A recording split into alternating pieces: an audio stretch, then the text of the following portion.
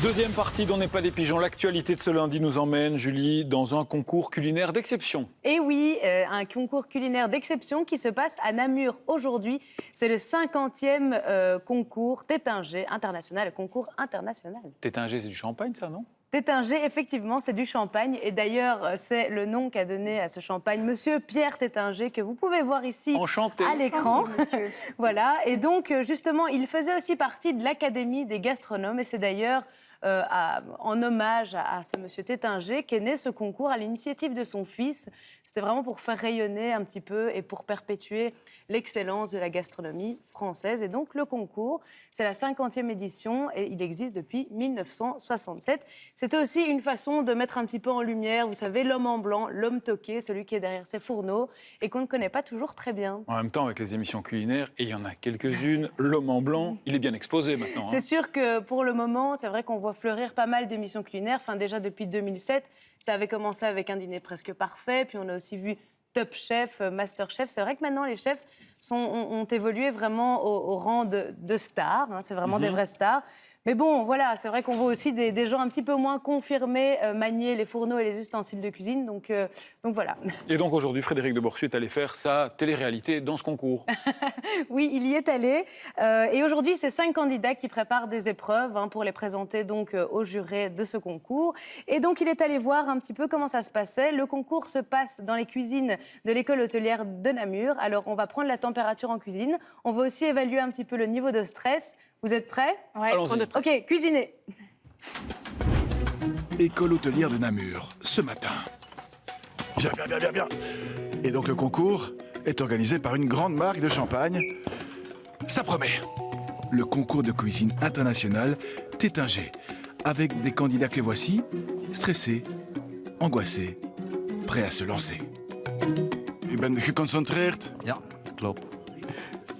Nerveus? Ook. À fond. Alles. Vous rêvez de quoi pour votre carrière? Je rêve de quoi? Ici, dans quelques mois, je pars aux États-Unis 1 an, travailler là-bas. Et je pense que le rêve américain, amener une belle gastronomie, on dit toujours française, mais moi j'aime bien la gastronomie belge. Je trouve qu'il y a notre petite touche toujours en plus. Mais avant l'Amérique, place au Tétinger, le deuxième plus grand concours de cuisine du monde. Numéro 4, s'il vous plaît. Numéro 4, c'est la place de Daniel dans la cuisine. Une des plus grandes cuisines de Belgique, celle-là. Celle de l'école hôtelière de Namur. C'est ici que tout va se jouer. Au menu, un plat imposé, filet de bœuf farci au foie gras avec des champignons sauvages et ses légumes. Il faut faire quoi? À manger.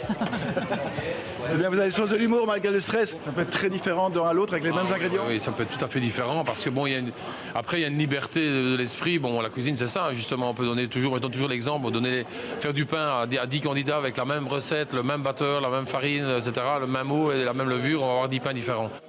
Ici, Daniel intègre un gros morceau de métal dans son bœuf. Bizarre. Si le foie gras reste trop longtemps dans le four, il va fondre. Donc je mets une barre en fer dans un premier temps pour le remplacer. Et à mi-cuisson, j'échangerai la barre en fer par le foie gras. Les jurés, eux, sont aux aguets. Ce sont tous des chefs étoilés. Mais ils doivent faire quoi? Mais surtout surveiller, voir l'hygiène, leur méthode de travail. Ça, c'est aussi coté. Tout à fait. S'ils crachent dans un plat, c'est moins 10 points. Non, ça va pas le faire. Le concours est donc organisé par le champagne Tétinger de Reims. Et voici l'héritière de ce bel empire, Vitalie Tétinger. Elle affirme, elle ne vise pas du tout le marketing avec ce concours, qui s'appelle pourtant Tétinger. Souvent, les gens nous disent, voilà, mais non, c'est de la pub, c'est des trucs. Mais en fait, c'est pas le cas. C'est vraiment un concours pour les chefs. C'est quelque chose qu'on leur donne et on veut que ça reste comme ça. En attendant, la marque est tout de même bien représentée, mais avec des bouteilles vides. Qu'est-ce que vous faites avec des fausses bouteilles? On les casse. Ça n'a aucun intérêt. Ben non, c'est juste pour faire la publicité, quoi. Non, ça ne sert à rien en fait. Hein. C'est un concours marketing alors? C'est un concours marketing en même temps. Oui, ça fait la pub de Tétinger. D'ailleurs, je vais la mettre comme ça. Le bip, on ne le dit pas. Bip. Mais retour au concours.